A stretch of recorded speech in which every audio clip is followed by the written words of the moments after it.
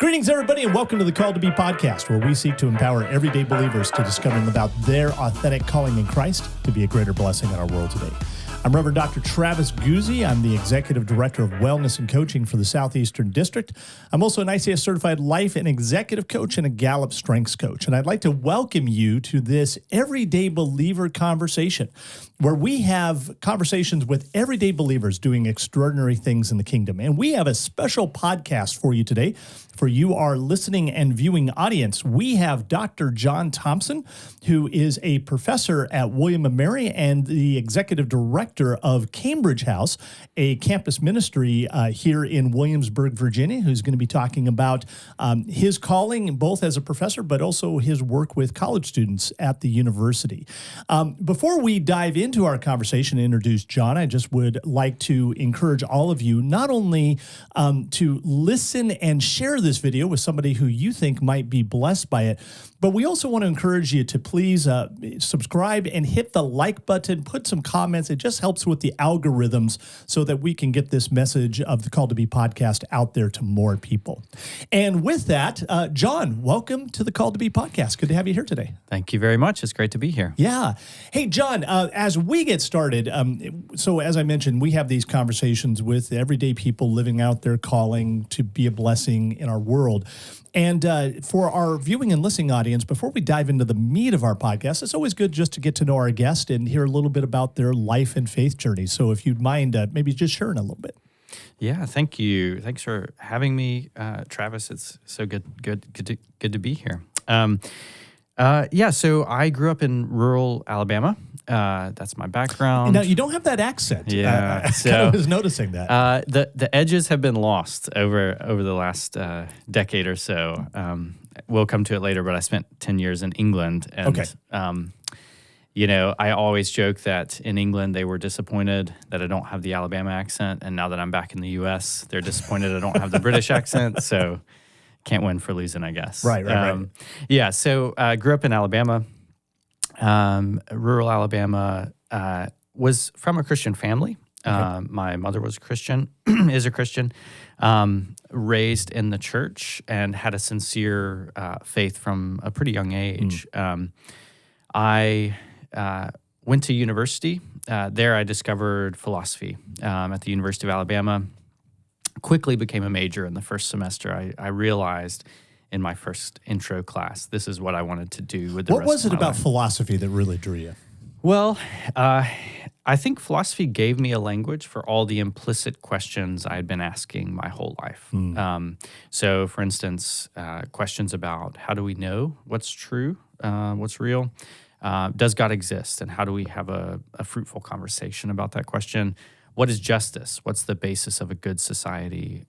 What's the justification for government? All these kinds of questions were fascinating to me, but it really, philosophy courses were the first time I had a language to explore these with other people, and it was just exhilarating. That's awesome. So you discover philosophy at University of Alabama, and then where did your life journey go from there? Yeah, so I think that period of my life was a really crucial turning point in terms of me discerning my vocation. So while I jumped in both feet into philosophy, there was no real framework for me to think about the relationship between philosophy and my faith. So I came across all these new puzzles, like the problem of evil. How can a good God allow suffering and still be called all-powerful? Just the light questions that Christians ask. The light question, that's right. So these questions impressed themselves on me, and all my mentors intellectually in the philosophy department were secular. They were atheists or agnostic, had huge integrity in those convictions, but I had no kind of examples of Christian faith in that discipline.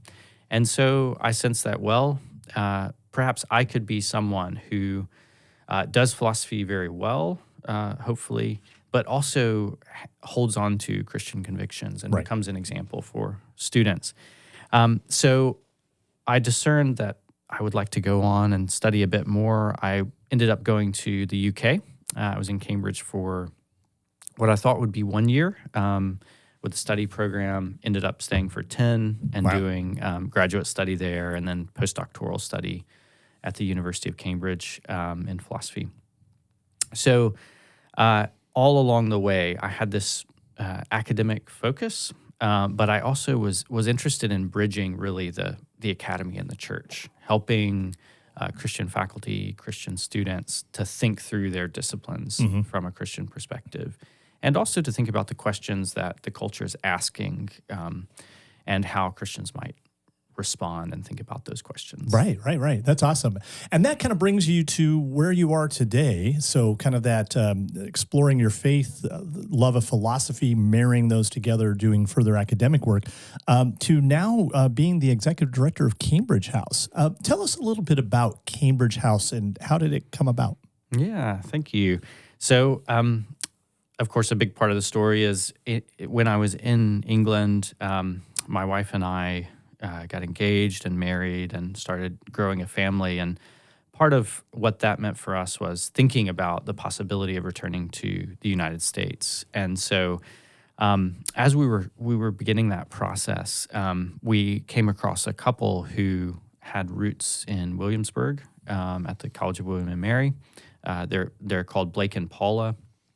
And they were good friends of ours. And we realized we both had this interest in starting a Christian study center, which is a place for Christian learning adjacent to or on the campus of a secular university.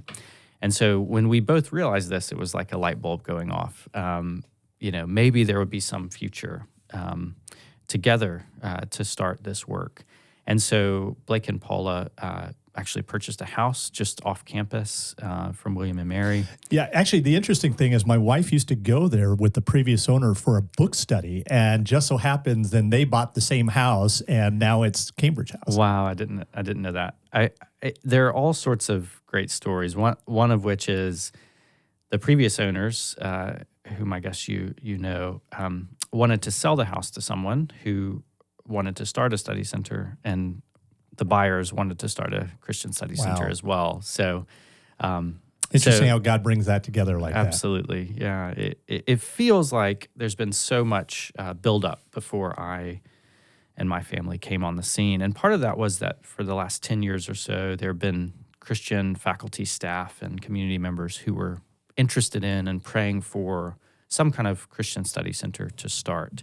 The Christian Study Center movement goes back to the 1970s. One study center started at the University of Virginia. And so many William and Mary folks thought, well, UVA's got one. Why can't we have one and do it even better? So all kind of fun rivalries aside, it was just a sense that there were Christians who felt the need for a deeper Christian presence on campus. And so in 2021, really, the study center got going. I was invited by the board and the founders to join in 2022 in June.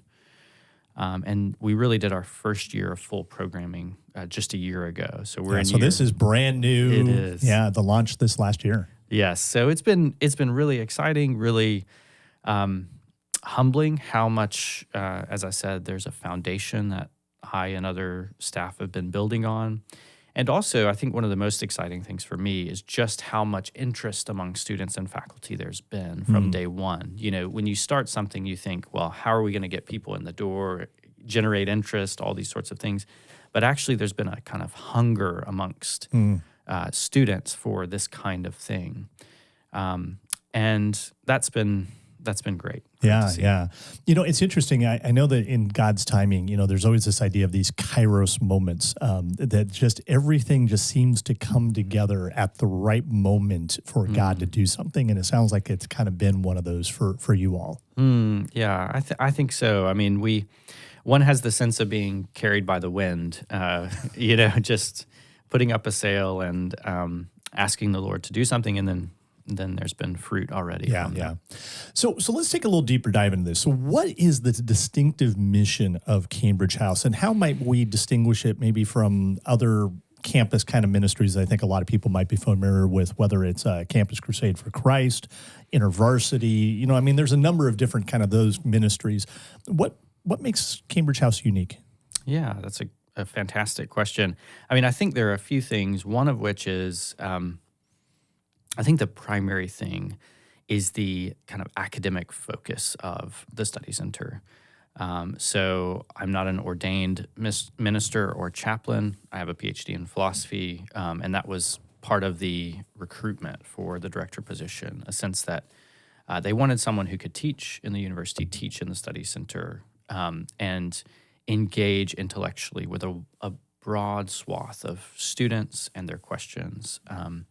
And so we talk about our mission mentions the intellectual, moral, and spiritual flourishing of the William and Mary community. And so we start with the presenting questions that people have intellectually, whether they're secular or Christian, just kind of thinking through their faith. And we always try to relate that to, of course, the spiritual life and the life of faith and Scripture.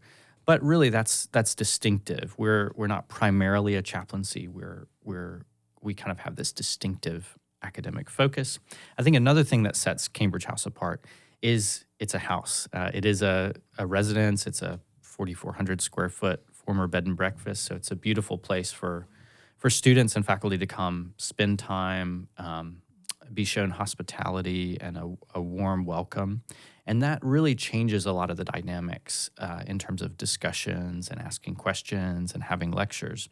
When you feel like you're being invited into someone's home and given a welcome, it really does help with the mission, with achieving the mission. Yeah, I could just imagine for those college students. I know I've come in to do a presentation there and had some of the study times. And boy, when you walk in and there's a plate of freshly baked cookies there, I'm sure that's very inviting for a lot of those college students. That's right. Yeah.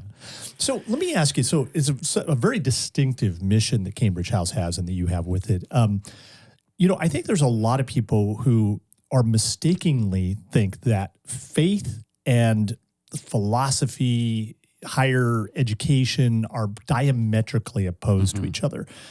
How do you reconcile those two, or how could our listening and viewing audience think about reconciling, and how's that lived out in Cambridge House? Yeah, another great question. So I think this is one of the great misnomers about faith in we might say in the modern world. The notion that faith is defined as belief in the absence of evidence, or even belief in the teeth of the evidence, against the evidence.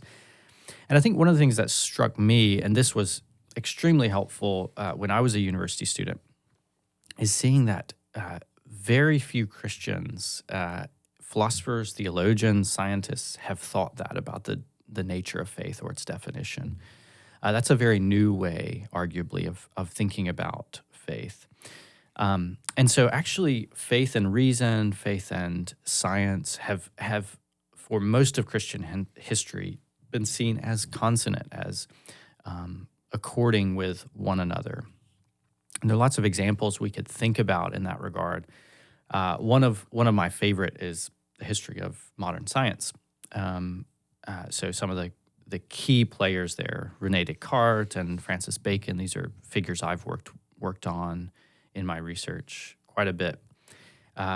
They are deeply committed to the new scientific method because of their Christian convictions.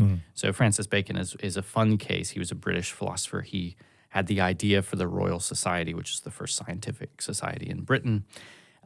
He thought we had to do experiments because our intellects are vitiated or fallen by sin. And so we had to do repeated experiments to overcome the cognitive effects of sin, you might say. And so it was precisely his Christian faith that gave him this idea for the experimental method.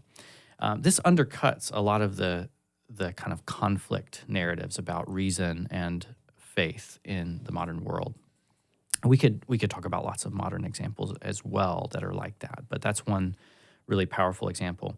And I think in terms of how this works out on the ground, I would say beyond thinking about the general consonants of reason and revelation, we might say,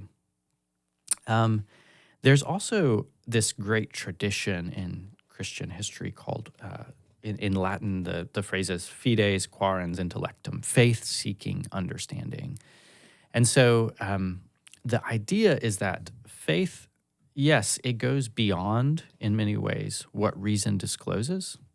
So faith in the incarnation, right? You can't get to the incarnation just by some logical syllogism. Right. It's a reality of history. It's a mystery. It's a mystery. How we understand it goes well beyond what reason can disclose.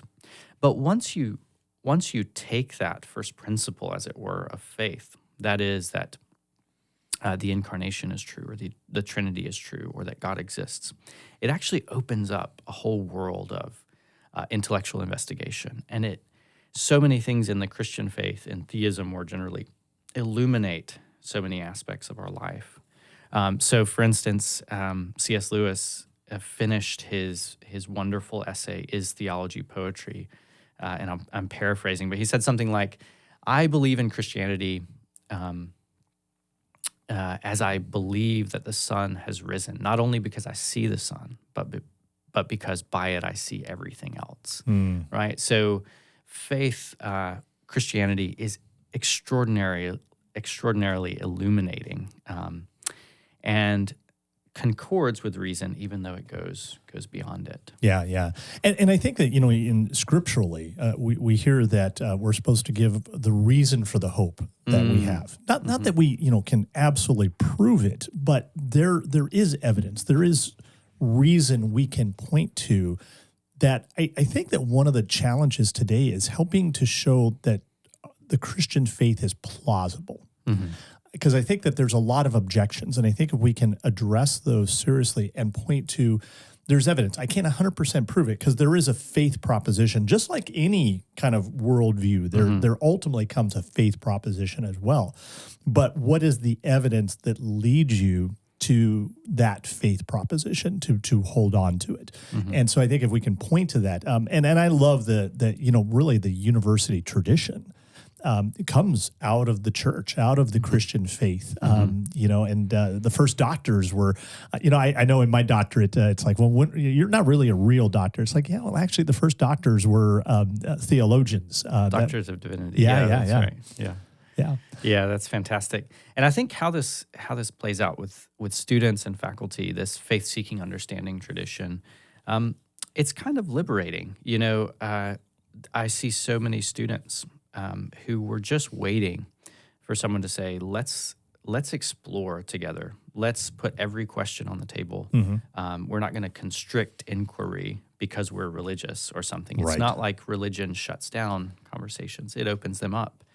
Yes, we have commitments, like as you said, every worldview or every kind of paradigm of thought, every way of exploring the world has certain commitments, certain first principles.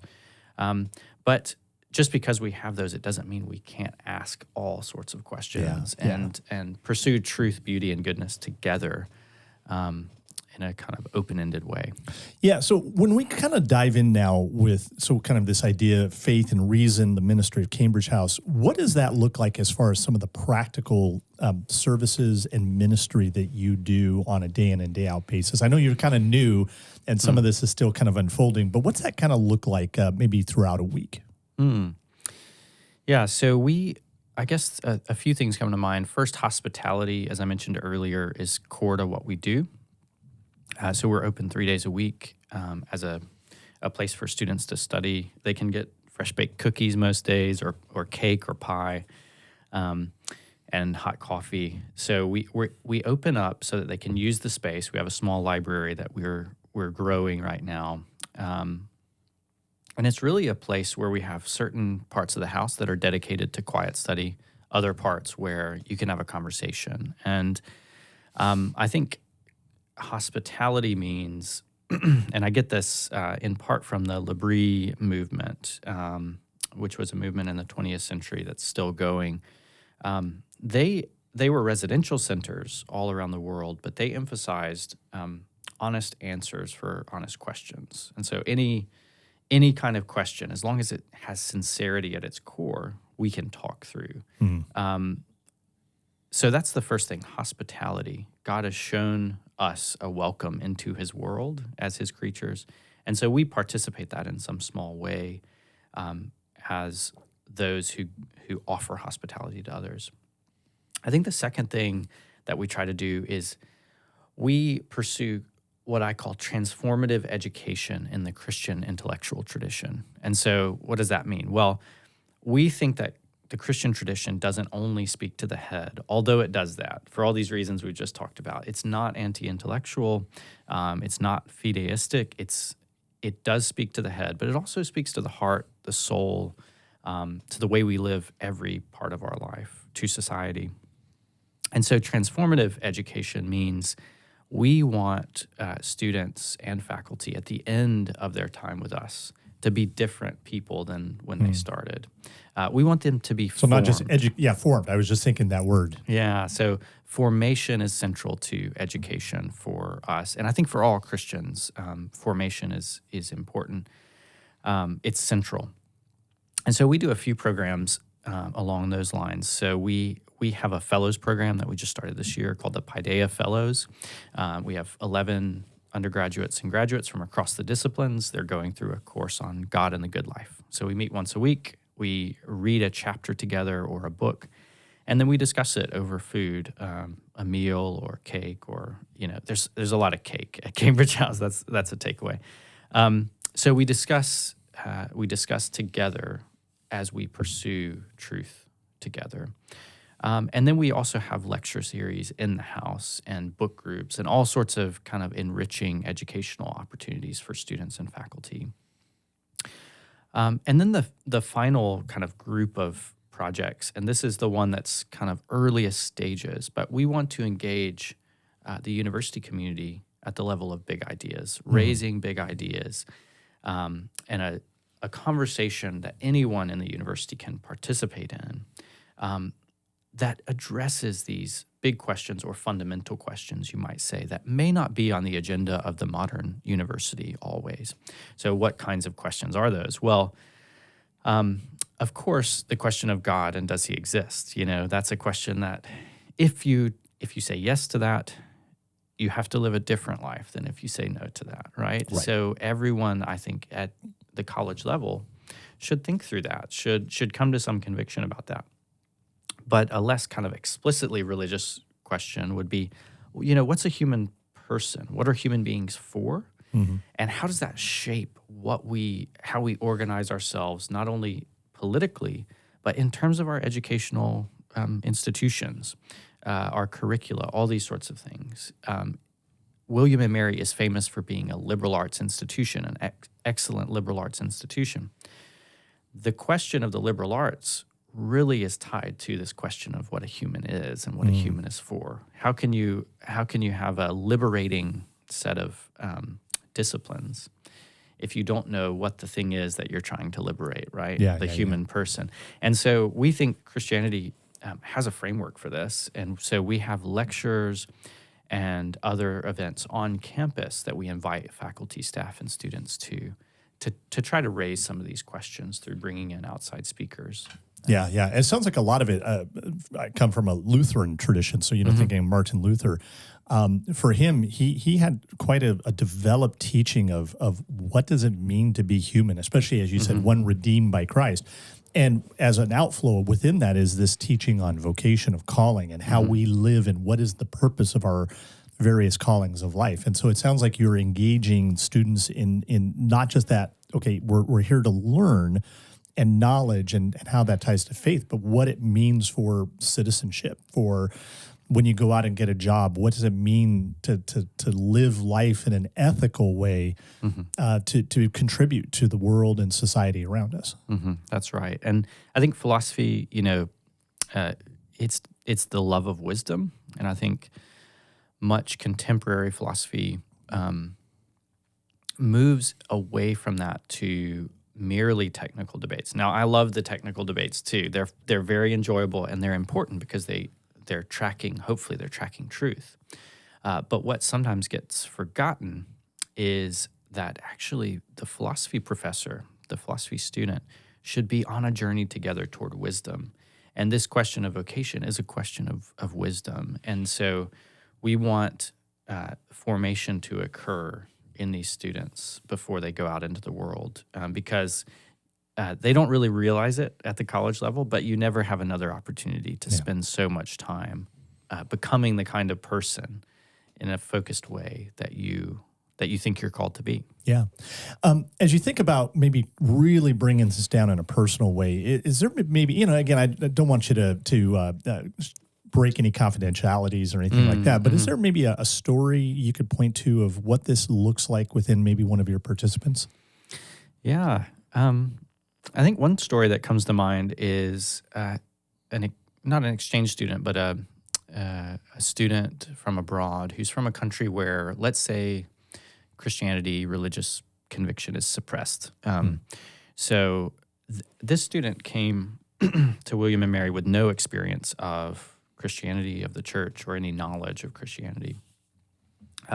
They pretty quickly met a Christian community and felt really welcomed, which is a testament to the campus ministries and churches on campus. Felt really welcomed, saw that this religion, this faith was really emotionally resonant, really emotionally powerful, and saw it working in the lives of Christians. But this student came to me through some of our work at Cambridge House and said, I never knew that there were arguments for God's existence. I never knew there were arguments for these faith propositions. I thought it was purely emotional. And so a new world was opened up for him. And so he's exploring Christianity at a kind of deeper level than he was before. That's awesome. That's great to see stories like that. And I know that's multiplied over time and time with all the students you have come through the ministry. Thinking about the students, what are you seeing as some of the challenges that college students face today? And how might some of those be different from like when you and I went through school back in the day, or maybe some of our listening and viewings a couple generations ago? Yeah, I mean, I think one comes to mind, and I can't think of another one that's as pressing, and it's the question of identity, or the question of selfhood. So I think this is just the question. Well, we call it a question. It's the issue. I mean, it's so fundamental, and there's such a deep conviction about how to answer the question of identity that it doesn't even become a question. It's just so. For instance, the question of, or the issue of how to live in the world is so deeply tied to the question of who I am, and the question of who I am. I think there's been an answer over the last century or so. Maybe there are two main views. One is what we might call the existentialist view. So this came about through early to mid 20th century. These French thinkers like Jean-Paul Sartre and Albert Camus had this idea that it was only through an act of radical freedom that the self could become what the self is, right? So disclosing, discerning who you are was radically up to you and no one else. So no social structure, no role that you were given in life, no family relationships could define you. You construct that yourself. You have to construct it. And so one famous case is Camus, his novel The Stranger, which is a tough read, admittedly, but he has his protagonist, as it were. He's living an aimless life. He has no purpose, no meaning. And Camus sets up the situation so that there's one act that defines who this person will be. And what's that act? Well, he ends up shooting an Arab on a beach that he doesn't know at all. And there's no reason for doing it. He just does it. But after that, his identity is disclosed and discerned somehow, and he has a sense of self. And that's a radical, of course, picture. But I think what the existentialists were trying to say was, as Sartre says, existence precedes essence. That is, we have our being in the world. Nobody is able to define, even because God doesn't exist. Nothing predefines who we are. We have to define that for ourselves. And so that's the first view. But what happens with existentialism is ultimately this is too much pressure for an individual, right? So Andrew Bird, one of my favorite artists, has this lyric. He says, can you tell me where the self resides? Is it in the head or between the sides? And who will tell me, who will decide its true location? So it's a question of somebody tell me, please, where the self is, what the self is, and I'll be able to live my life again. And we see this in the existentialists who talk about a politics of recognition. So when the self has to define its identity, that sounds all well and good. It sounds like the self is self-sufficient. But in the end, we ask others to affirm who we are. And we see this in our world today.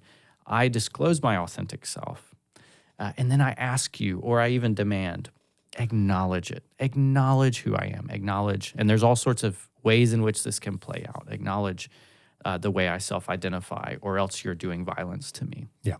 So I think this is the deepest question. The first answer is existentialism. It's led to this politics of recognition, but I would say the Christian view undercuts this. The Christian view, I would say, saw all along that the self can't define itself. And that's partially because we tend to self-deception. Yes. And to deception by others, and also that society is unreliable in affirming human individuals.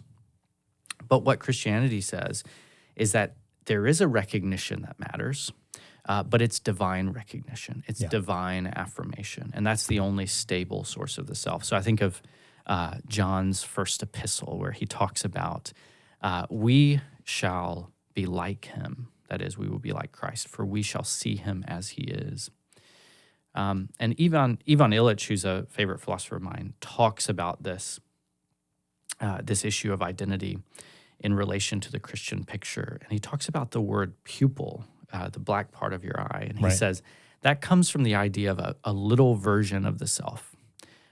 Because when you get close enough to a person, you actually see yourself in their eyes. And it's this paradox that intimacy brings about self-recognition. Intimacy discloses who I am. Yeah. It's not me being alone, it's me being with others. Right. And the Christian faith says, yes, recognition matters, and it doesn't offer just social recognition or recognition by one other, but by a divine other who affirms who we are in Christ if we submit our lives to him. And so I think, yes, this is a huge puzzle, and part of the question is, how do we get the Christian picture, which is so much more plausible in my view, out to those in our culture? Well, and even here with the Called2B podcast is really about helping people to discover and live out their authentic calling in Christ to be a blessing. Well, to know who you are, the blessing you're supposed to be, you've got to know who you are. It's kind of like a person with amnesia to then send them out in the world and say, go be productive. And it's like, if I don't even know who I am, what do you do with that? That's right. Jon, I also know that part of your work with Cambridge House, part of your being with the university, but also your own personal calling that you have is you're working on a book right now. And you're getting some fresh insights about the resurrection of Jesus, and that's what you're writing about. Just real quickly, what is it that's really fascinating you, and what are you learning about the resurrection? Yeah, that's it's. Let's just talk about it real quick. Yeah. right. Small topic. I'll try. Yeah, I think that the brief version is, well, I've been looking through lots of documents in Christian history, lots of theological authors. One of the things that has come up is that there's this insistence through Christian history that the general resurrection of all in the future is analogous to Christ's resurrection. And what does that mean? Well, Christ was raised in the body in which he was crucified and buried. So, these authors argue, we will be raised in our very bodies. And so what this does is it undercuts the notion of a vague afterlife or immortality with only a soul or floating on clouds. That's right. Yeah. Disembodied, or at least the only thing that matters is the immaterial part of us. Maybe God will give us some bodies so that we can play around in the new creation. But this is not the view of the Christian tradition historically. The view is that these very bodies we carry around with us, they even use that language, the same body we have right now. Now, they don't mean the same in all its qualities. Like I won't have a shoulder ache or so my bad arthritis. ankle will be better in the new creation. It won't hopefully. be there, but that doesn't mean the qualitative change doesn't mean that it won't be your very body. Right. And so this is important because how do we think about hope and the hope that we have in Christ? And the answer is, well, it's a hope for the totality of the person, the whole unity, soul, mind, and body. And so we can live into that day to day through pursuing virtue, pursuing good works with our flesh, using our bodies well, and not only our minds well. So there's a kind of moral element that flows out of this. So that's part of what I've been discovering, and there's much more. Yeah. Well, I think we live with this almost kind of a Christian Gnosticism in a lot of ways. Is spiritual good? The rest of the world and body, we really don't pay any attention because that's secular. The really important is the spiritual. Well, all of life is spiritual. And when God created us, it was created intentionally to be spirit and flesh together, one hybrid, unique creation of God. And that's what he's come to redeem, not just my soul, but all of me and all of creation will one day be redeemed in that new creation. That's right. And I think this is what really sets Christianity apart. I mean, you've come across, you mentioned Gnosticism, the kind of transhumanist movement is a kind of reemergence of Gnosticism. So that the notion that the human mind or the human self is fundamentally like an algorithm, and so it's possible for the consciousness of the human person to be uploaded into the cloud or whatever. Yeah. This is remarkably plausible to lots of our peers who think, well, whatever it is that I am, it's really extricable from this body. The Christian position from, as it were, day one has insisted that this is false. And that's why this is disclosed not only by incarnation, the Word became flesh, but by the confession of resurrection. The resurrection of the flesh is what the Apostles' Creed mentions. Well, and that speaks to so much, not only future hope, but as you were talking about earlier, identity today. Who are you? And part of that is because God has created you this way and now has redeemed you both in this life and for the life to come of who you are and who you will be. That's right. And I think one of the fascinating things is that the Scriptures, the New Testament, tie together the resurrection of the body and adoption to sonship. And so there is this explicit tie in the New Testament between our identity as God's children and his care for us and the resurrection of the body and our future hope. Right. And I mean, any parent knows that, you see the body of your child sleeping quietly for once during the day, and you feel a concern and a care to protect that little person. Yeah. And so there's this kind of metaphor for how God relates to his children. He cares so much for them that even their bodies will be redeemed from death and not only their souls. That's beautiful. That's a great picture. So John, let me ask you, part of this everyday believer conversation, again, looking at Luther's teaching on vocation, we are all called in Christ to love and serve our neighbor in our various stations, whether it's family, the church, our work that we do, just being a good member of society, your neighborhood, your community. In your call as director of Cambridge House, your call as a professor, you're an academic, how do you see God working through these callings to be that greater blessing of bringing his care, his provision, and ultimately saving grace to people who you work with on a daily basis? Yeah, that's a great question. I think, I think clearly all the things we've talked about is at the kind of core of my calling to, or my vocation to my professional life, as it were, the professional station. I'm trying to use Lutheran terms. Yeah. The professional station, education is really core. And so doing that to the best of my ability with excellence, with love and care for those over whom I have some responsibility. So that's a big part of it.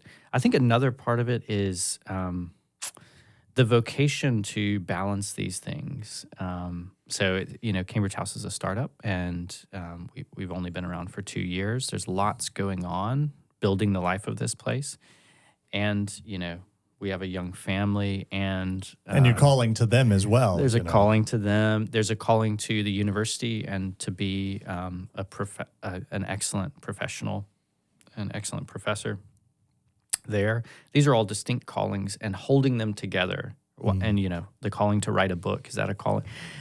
All these callings, holding them together, and the kind of creative tension that brings about, the navigation of issues of time and balance of these stations. For me right now, that's a big thing of how do I begin to learn wisdom in balancing these things, because there are people who are seeing me live my life. Yeah. And most of all, God is seeing, is he going to become more wise in this area? Yeah. And so I think that's a huge part of the reality for me right now is the development of wisdom in living out these roles in their proper proportions and responsibly and those sorts of things. And it's a challenge, of course, as you yes. know. It's a challenge. Starting a few things in my own life right now too. Writing a book as well. I totally get all of that. Yeah. So, but it's a joy. I mean, I remember hearing John Lennox, he's a great Oxford professor. Someone asked him, how do we balance all these things? How do we balance, tenure track demands? How do we balance, if we're an academic, how do we balance being a good teacher? How do we balance not only being a good teacher, but caring for our students in the way that Christians ought to love others? And Lennox, in his wry Northern Ireland accent, just said, that's just the question of wisdom. You'll be doing it your whole life, And so I think that's vocation to me. That's the most salient part of vocation right now is the totality and how that holds together with integrity. Yeah. And it's tough to be able to show up as the same person in all those callings, representing Christ with your gifts, to balance and recognize that, this calling to my family is as important, if not maybe even more important than my calling to my work, and keeping that holy tension. I think tension is a good word because it's always going to be there. And how do we balance it? And recognizing that even when we do fail and we don't always do it right, there's grace and forgiveness to begin again each and every day, because God's mercies are new every morning. Absolutely. And that's the only thing that keeps me getting out of bed every day and going back to my callings. Yeah, wonderful. Hey, John, as we begin to wrap up this podcast for our listening and viewing audience, one, if they've got a heart, maybe they live near a university, they've got a heart for college students, what are some practical things that individuals or groups of people or even ministries could consider doing to love and serve? And I know the challenge is because universities tend to be kind of a closed system in a lot of ways, so it might be tough. But maybe a couple words of advice that they might consider to get started. Yeah, I think the first thing that comes to mind is find people to pray with who have a similar vision and passion to maybe see something like Cambridge House started in your context. I think we found there are many more faculty and staff who are passionate about this and want their campus to be impacted positively by the Christian faith, the Christian tradition, than we would have expected. And so just be on the lookout for those folks and begin praying that God would bring them to you. That's been the story at Cambridge House. When God wants to move, he does move. And so just aligning ourselves with that. Another thing I think that's a huge resource is we're part of the Consortium of Christian Study Centers, which is a national movement. There are 37, I think now, something like that, on secular campuses around the country. They were very crucial in helping give us wisdom as to how to start up a work like this. And so I think those are a couple of things that come to mind, leaning on your particular community and finding kindred spirits. Right. And then drawing on those who've gone through this kind of process before and you don't want to reinvent all the processes that get you. Don't have to reinvent the wheel. There may be a wheel out there just for you. So that's great. Well, we want to thank all of you for joining us for this Everyday Believer conversation. Thank you, Jon. And I think this is really important. Is there are a lot of young people who are asking questions, trying to understand faith. Are there reasons for the hope that they have? Trying to reconcile things that they're hearing from the rest of the world, and what's that mean about their faith in God and who Jesus is and what it means for not only the life to come, but the life today as they consider who they are becoming and preparing for the different vocations that God has in mind. I think it's really crucial for people who have a love and concern for young people to come and stand in the gap, to find ways to love and serve them, to help them to reconcile and answer the tough questions that they're wrestling with today in a loving and open and honest way. And so I just want to encourage you, maybe this is something God's laid on your heart. Reach out to Jon, find some other ways that you could partner with others to find ways to love and serve young people. And I'll tell you, they would appreciate a meal, a cookie, and just love, care, hospitality, and an open conversation about life and faith. And you could serve them in some pretty powerful ways that way. Thank you for joining us for this podcast. Please like, share. Maybe somebody needs to hear this. As always, we want to thank Malem and the Southeastern District for their generous grants that made this podcast possible. And with that, we want to wish you all God's richest blessings, and we'll catch you next time for the Called2B Podcast. Take care, everybody.